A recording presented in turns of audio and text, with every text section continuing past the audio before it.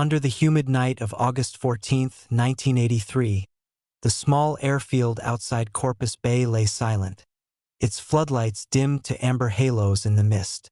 Somewhere beyond the runway fence, a pair of men moved like shadows, one tall, wiry, the other broader, his steps careful but quick. Their names were Alan Pierce and Victor Vic Moreno, two mechanics who once fixed planes for men richer than gods and crueler than sin. That night, they were about to rob the wrong man, or maybe the right one, depending on who was telling the story. The house stood on the cliff above the water, 3 stories of glass and stone, owned by Diego Vargas, a man whose money came from imports, whose name whispered through every port between Miami and Veracruz. For months, Alan and Vic had watched his routines. They knew the guards changed at midnight. They knew his private Cessna 310 stayed fueled in the hangar below the hill. They knew, most of all, that Diego kept $12 million in cash somewhere inside. Money meant for a deal that never got written down.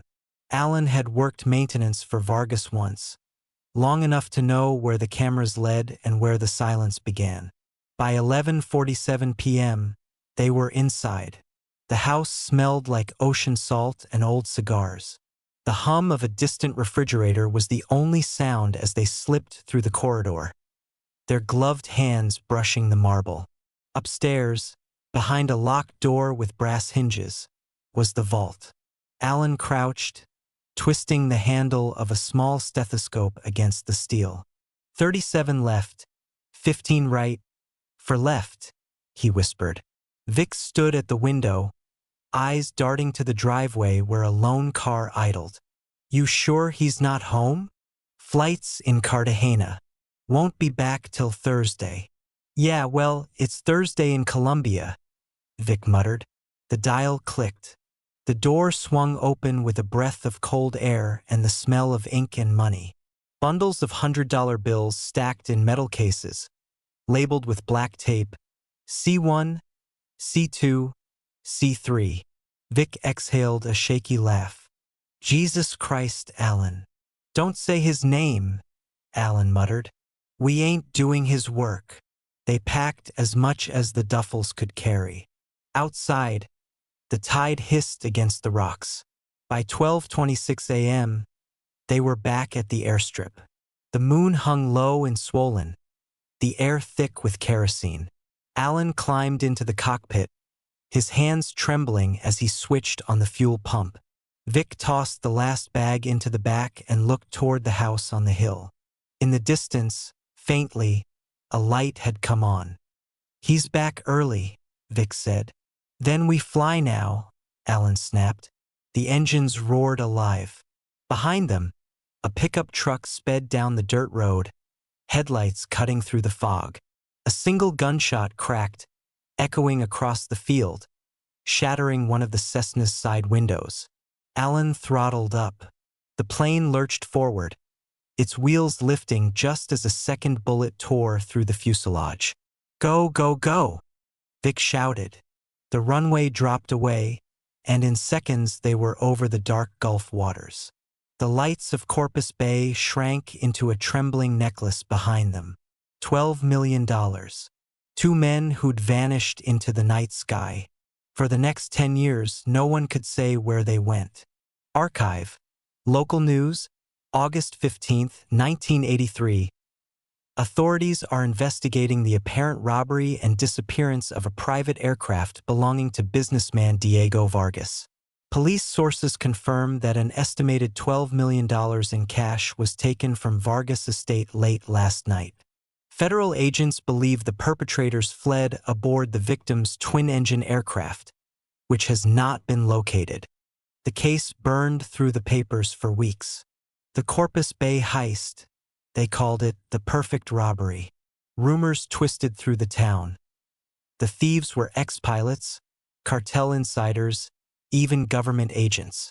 Vargas himself kept silent, issuing one statement through his lawyer. This was a personal betrayal.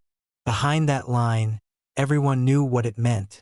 Whoever took that money wasn't just a thief. They'd crossed a man with a long memory, One of the investigators, Detective Raymond Holt, had been a quiet man then, 39 years old, a father of two. He'd worked robberies before, but nothing this large, this dangerous. 12 million, he'd said, staring at the crime scene photos. That's not money you steal and live long to spend. His partner, rookie detective Emma Calloway, had just transferred from Dallas.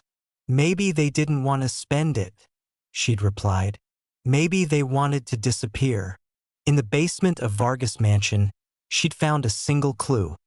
A torn receipt from a fuel supplier in Laredo, dated 2 days before the robbery. The signature at the bottom, A. Pierce. Holt had followed the lead, but by the time they reached Laredo, the trail was dust. No records, no witnesses, no plane. The FBI took over within weeks, but nothing moved. Vargas, for his part, began his own search. Men vanished from the docks. Rumors spread of bodies in the marshes. But Alan and Vic were gone. Ghosts swallowed by the Gulf. Transcript: Police interview, September 1983. Holt: You're telling me you saw a Cessna flying low that night? Witness: Yeah, round 2 in the morning. No lights, heading south. I thought maybe a smuggler run. Holt: Did you see where it went? Witness: Just into the dark, like it was swallowed. As months turned to years, the story faded. Vargas' empire weakened after a string of indictments. By 1987, he was under investigation himself, and by 1990, he'd vanished from public record. The world changed, new faces, new wars, new money. But in one small evidence locker in Corpus Bay PD, a file remained marked with fading ink, Case 83 to 416, Vargas estate robbery. Inside, a single Polaroid, a photo taken at the airstrip that night. In the bottom corner, half torn, a shape barely visible. A sticker on the plane's fuselage. Blue letters peeling. Emma had written a note on the back. Find this marking. Could narrow flight path. She'd been transferred to Arizona before she could. Years later, she'd tell a reporter, "It was the one case that never let me sleep." Meanwhile, across the border in Yucatan, villagers told stories about 2 Americans who'd lived among them in the mid-80s. Quiet men who paid in crisp U.S. bills and fixed old engines for food. One had a limp, they said. The other read newspapers from Texas, month-old copies he got from fishermen. They left suddenly, after a storm, and no one saw them again. Archive, local newspaper, April 1993. Human remains were discovered near an abandoned airfield north of Corpus Bay, along with fragments of a small aircraft. Authorities have reopened the 1983 Vargas robbery investigation after preliminary identification of the wreckage matched a Cessna 310 registered to Diego Vargas. 10 years after that night, the past rose again. Not in the Gulf, but in the mud of a forgotten field. Holt, now gray-haired, stood by the wreckage, watching as forensics officers lifted pieces of rusted metal. "We found them," one said, "or what's left." But Holt shook his head. "No," he murmured. "We found the plane, not them."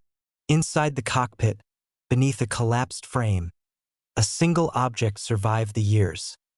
A black leather bag, its zipper corroded. Inside, a roll of undeveloped film. The images, once processed, showed nothing at first but blurs and water damage.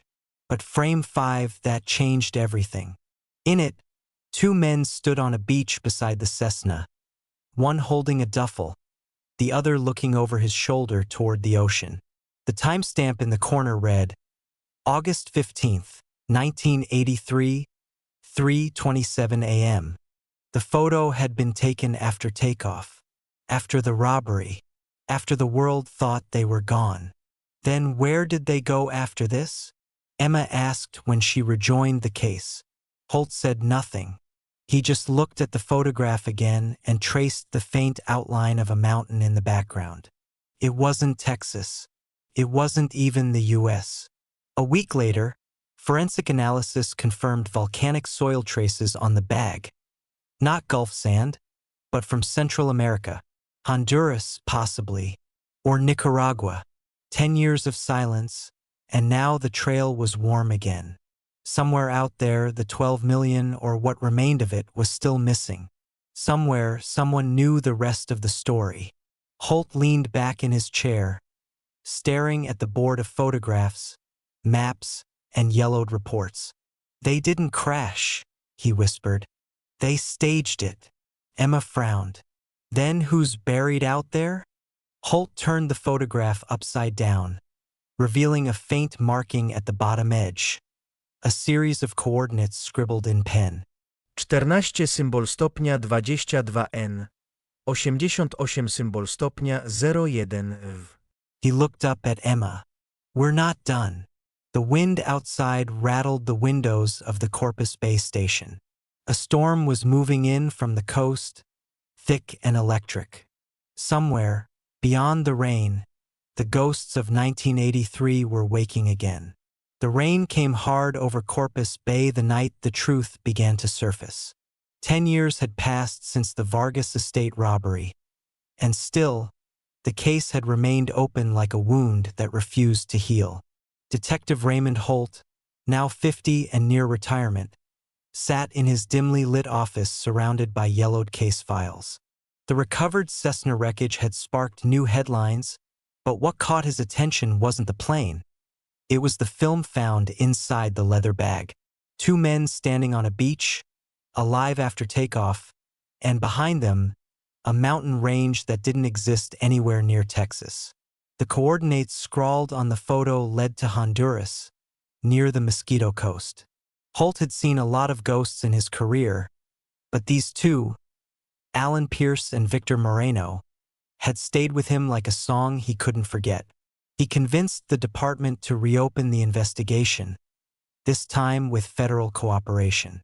Emma Calloway returned from Arizona to assist, sharper now, less idealistic but more determined. She'd followed enough dead ends to recognize when one wasn't. They flew south under the guise of consulting with Interpol, their contact a retired customs officer named Luis Cardenas who owed Holt a favor from the old days. When Holt showed him the blurred photograph, Luis frowned. That mountain, he said, looks like Cerro Azul, near Trujillo. A lot of people disappeared there during the 80s. Holt nodded. We're looking for 2 Americans. Mechanics. Robbed the wrong man. Luis gave a slow, bitter laugh. The wrong man? That sounds like everyone who crossed Vargas. They rented a jeep and drove toward the coast, passing villages where time had barely moved since 1983. Children chased the car. Dogs barked at the dust. Near dusk, they reached what was left of a dirt airstrip overgrown with weeds. The coordinates matched almost perfectly. The sun was bleeding into the sea when Emma found something half-buried near the treeline. A rusted fuel drum stenciled with the same code that had appeared on Vargas's property inventory. C3. Inside were soaked, disintegrating bills, fragments of American $100 notes. They didn't take it all, she murmured. Or they couldn't carry it. Holt looked out toward the jungle. No.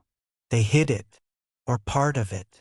That night, in a small guest house near the bay, Holt listened to an old tape from the original case. Something he'd kept all these years. Transcript: 1983. Anonymous call. Corpus PD tip line. They ain't gone far. Check the airfields south. They switched planes, that's what they did. Vargas had more than one bird. Who is this? Someone who worked the hangars. Someone who don't want to die. Then the line went dead. Holt played it twice. Emma sat on the bed, staring at the photo again. If they switched planes, maybe the crash was staged. They fly one down, leave it as wreckage, take another out. Holt nodded. They had help. No way two men disappear with that much cash alone. The next morning, they found their help or what was left of him. In a fishing village near La Ceiba, an old man recognized Vic Moreno's photo. He stayed here, he said, had a limp, fixed boats, paid in big dollars. Said he was waiting for his brother. His brother? Emma asked. The tall one, the man nodded. He left one night when a black car came. Men with guns. Only the tall one came back next morning. Alone. They followed that trail inland to an abandoned sugar mill where locals claimed the cartel had stored fuel in the 1980s. The place smelled of rust and oil. In one of the offices, hidden beneath rotted boards, they found a small tin box. Inside, half-burned letters, a photograph of two men smiling beside a plane with Honduran markings, and a folded document. A customs log dated September 1983. One signature at the bottom, A. Pierce. The cargo description read, machinery parts, weight 128 kilograms. But Holt knew $12 million weighed more than that. They flew again, he said. Out of here. The more they uncovered, the stranger it grew. Local police reports mentioned a fire in late '83. A private hangar that burned to ash. 2 unidentified bodies inside. The report had been sealed under government order. Luis Cardenas helped them get a copy. The forensic notes were vague, but there was one detail. A melted wristwatch found on one of the corpses. Engraved with initials VM. Emma's hands trembled slightly as she read. So Victor died here. Maybe, Holt said. But who lit the fire? Archive. Interview with Luis Cardenas. Recorded 1993. Vargas came through Trujillo that same month. Looking for something or someone. People said he was sick, paranoid. Maybe he found one of them. Maybe not. But he didn't stay long. Next year, he disappeared too. The circle tightened like a noose. By the time Holt and Emma returned to Corpus Bay, the press had caught wind of the reopened case. 12 million ghosts. The Vargas heist re-examined read one headline. But Holt wasn't chasing fame, he wanted peace. Late one night, alone in the evidence room, he developed the rest of the film from the bag. Most frames were black streaks, ruined by water, but frame 12 showed something new. An image of Alan standing beside a different plane. This one with new markings, faint but legible, XA4112. Cross-referencing aircraft registries revealed it belonged to a company dissolved in 1984 under suspicion of smuggling. Its owner? An alias later tied to Diego Vargas himself. Holt exhaled. He used Vargas's own second plane. The irony stung. It meant Alan had turned Vargas's empire against him, piece by piece. But why hadn't he resurfaced? Where was the money now? Then, in May 1993, an envelope arrived at the Corpus Bay Police Department. No return address. Inside, a single Polaroid and a note. The photo showed a weathered man sitting on a wooden porch, the jungle behind him. He was older, bearded, but unmistakable. Alan Pierce. The note read, "Not all debts are paid in money." It was signed with the same initials from the watch. VM. Holt stared at it for a long time. That means Victor's alive, Emma whispered. Or someone wants us to think he is. They traced the film stock. It was manufactured in 1992, only a year before. Whoever sent it knew exactly how to pull them back in. Holt and Emma returned to Honduras once more, guided by the faint trail of a man who should have been dead. In a town called Benito Oriental, they found a priest who remembered hearing confessions from a foreigner years ago. He said he stole from the devil himself, the priest told them. He said his friend died because of it. But he also said the money was cursed. Holt asked where the man went. South, the priest said, pointing toward the mountains. To bury something that shouldn't be found. 2 days later, they hiked through the jungle with local guides. The air was thick and alive with insects. Near an old river crossing, they found it. A crude wooden cross, half-rotted, marked only with the word brother. Beneath it, buried shallow, was a rusted ammo crate. Inside lay bundles of money wrapped in decayed plastic, blackened by humidity. And beneath those bills, a single letter sealed in wax. The handwriting matched Alan Pierce's from the customs form. Holt read aloud under the dripping canopy. "If you're reading this, it means the storm has passed. I did what I had to do. Victor's gone, but he didn't deserve it. Vargas came for us and I made him pay. I took what was left and buried it here. Some money can't be spent. It just buys silence." The letter ended with a line that chilled them both. "Tell them we never meant to kill anyone. We just wanted to leave." They marked the coordinates and turned the evidence over to Interpol. The recovered bills, estimated at $1.6 million, were too damaged to circulate. But it wasn't about the money anymore. It was about a truth 10 years buried under greed and fear. Back in Corpus Bay, reporters swarmed the precinct again. "Is it true one of the thieves survived?" they asked. Holt said nothing. He only stared at the photograph of the bearded man on the porch. When forensics finally analyzed it, the background revealed something unexpected. A license plate partially visible on a Jeep parked nearby. It belonged to a diplomatic vehicle registered in Mexico City. Someone powerful had been there. Maybe Vargas wasn't gone after all. Emma looked at Holt, half smiling. "You think he found him?" Holt didn't answer. He looked out the window at the rain over the bay, the same storm that had started it all. "I think," he said slowly, "they both found what they were running from." In the months that followed, quiet rumors spread. A charity appeared in Mexico under the name Pierce Foundation, funding shelters for orphan children. Anonymous donations arrived from offshore accounts. No one could prove a link, but Holt liked to believe Alan had lived long enough to do one good thing. By the end of 1993, the Vargas file was officially closed. Partial resolution, the report read. Primary suspects deceased or untraceable. The case faded again into archives, another ghost story for late-night radio. But sometimes, when the wind shifted from the south, fishermen near Corpus Bay claimed they saw lights over the water. Faint, like the engines of a small plane vanishing into the dark. Holt retired the next year, the file still open in his heart. In his final report, he wrote one line that never made it to print. "Some men don't disappear. They just fly far enough to become legend." The photograph of Alan remained pinned above his desk until the day he left the station. The ink on the back had faded, but the coordinates were still there. A reminder that truth, like the tide, always returns. He folded it carefully, slipped it into his coat pocket, and walked out into the rain. No one ever saw him again in Corpus Bay.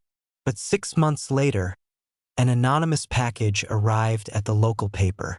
Inside, a new photograph, the same beach from 1983, untouched by time, and 2 sets of footprints leading toward the sea. The caption written beneath it in fading ink read, "Debt settled." What do you think? Was justice truly served? Or did the ghosts of 1983 still linger? Leave your thoughts in the comments below.